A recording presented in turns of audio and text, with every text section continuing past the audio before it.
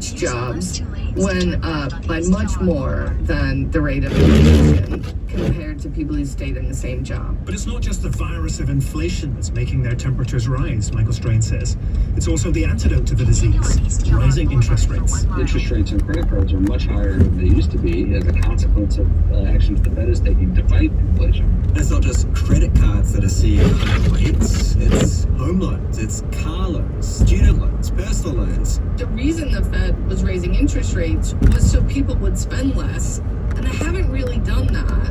And one reason they haven't done that is because they had excess savings built up during the pandemic. Yeah, those excess savings, which were of course boosted by government handouts to some degree.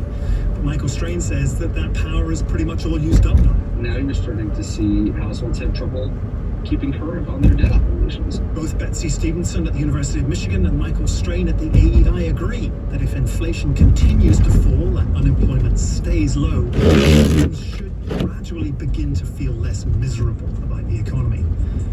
Whether or not we'll admit that is another story. Jerry Blitz. Paddy Hirsch, NPR News. Support for Planet Money comes from Workday. With AI at the core, Workday is committed to delivering continuous innovation to help teams stay agile. Workday, the finance and HR system for a changing world. Weather is supported by Sun Country Airlines, offering low fares on nonstop flights. Your favorite winter getaways like Cancun, Phoenix, Orlando, and Fort Myers. Learn more about routes and fares at suncountry.com. Oh, Paul Utner, I've got CNN on here in the studio. They're showing wintry scenes of Des Moines and roads in Iowa, but it looks it's pretty. That's a blizzard going on there, isn't it? Yeah, big picture, Tom. This is a monster storm. I mean, 13 inches of snow around Des Moines, Iowa, a foot all the way to Wisconsin. Blizzard conditions, Chicago area, and there's a lot of cars off the road. Travel near impossible south of Minnesota.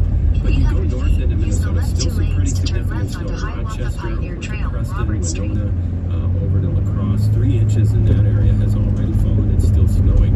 And North Shore, of course, has been a boom for snow this week, with anywhere from about 8 to 15, 16, 17 inches for 2 barbers up to Finland. So it is snowing heavily in those areas. Right now, Twin Cities, we've been the unlucky one in this forecast model bus that didn't get the dry air that worked into the backside of this, but it is snowing from about Lino Lakes to Minnetonka, St. Louis Park, down to Jordan, everywhere east of that line. So most of the Twin Cities getting light snow, and there are some slick roads. I've seen some spin-outs in the eastern Twin Cities in the last hour or so.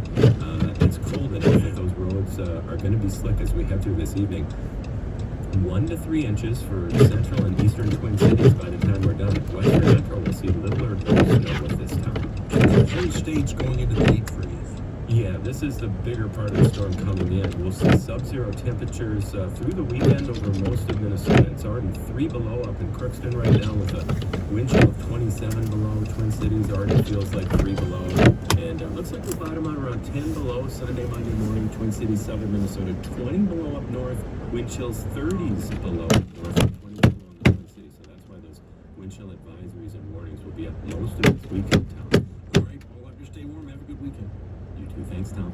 All Things Considered is supported by the University of Minnesota. The spirit of discovery is curing diseases, fighting climate change, helping Minnesotans age healthier, and educating the next generation of leaders. Search Dear MN to learn more. This is All Things Considered from NPR News. I'm Roger Shapiro. And everybody's Kelly. Yesterday, an irreversible step was taken in the war post-dam removal